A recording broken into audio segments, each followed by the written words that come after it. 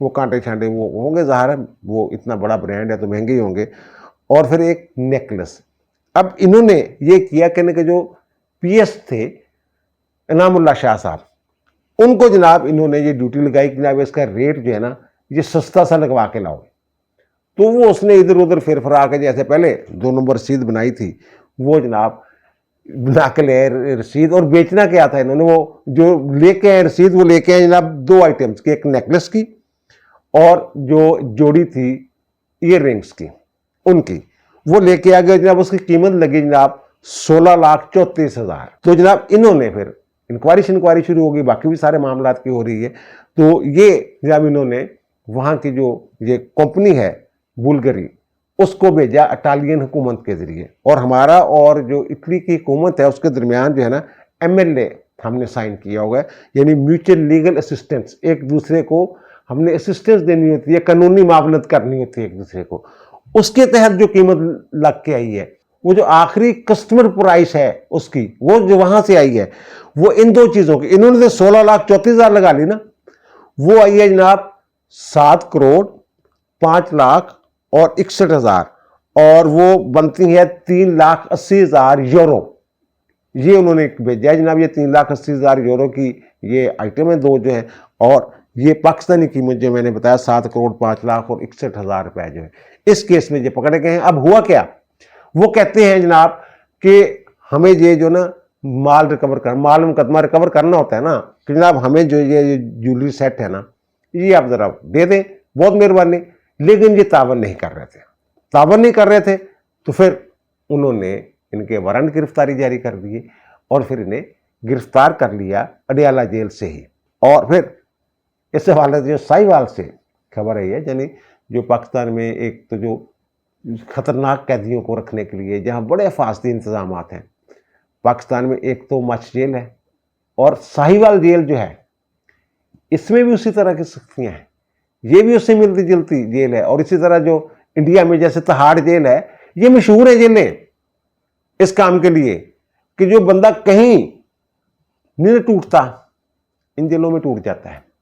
تو جناب یہ ہوا. یہ ویسے تو یہ خبر بھی آ رہی ہے کہ جناب راولپنڈی اڈیالہ جیل کے جو جیل سپرڈنٹ ہیں ان کی ٹرانسفر ہو گئی ہے ساہیوال جیل میں، اور ساہیوال والے جو ہیں ان کی ہو گئی ہے فیصل آباد میں، اور فیصل آباد والے جو ہیں ان کی ٹرانسفر ہو گئی ہے وہاں راولپنڈی میں.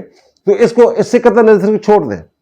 تو جناب ایک دن پہلے یہ جناب ہوتا ہے کہ 3 گھنٹے کی یہ آپریشن تھا یا جو بھی آپ کہہ رہے ہیں اس کو، کہ جناب جو ایک وہاں وارڈ ہے جس کو کہتے ہیں گورا وارڈ یا گورا بلاک کہہ لیں، جو بھی اس کا نام ہے، ان کی جیل والوں کی اپنی زبان ہوتی ہے.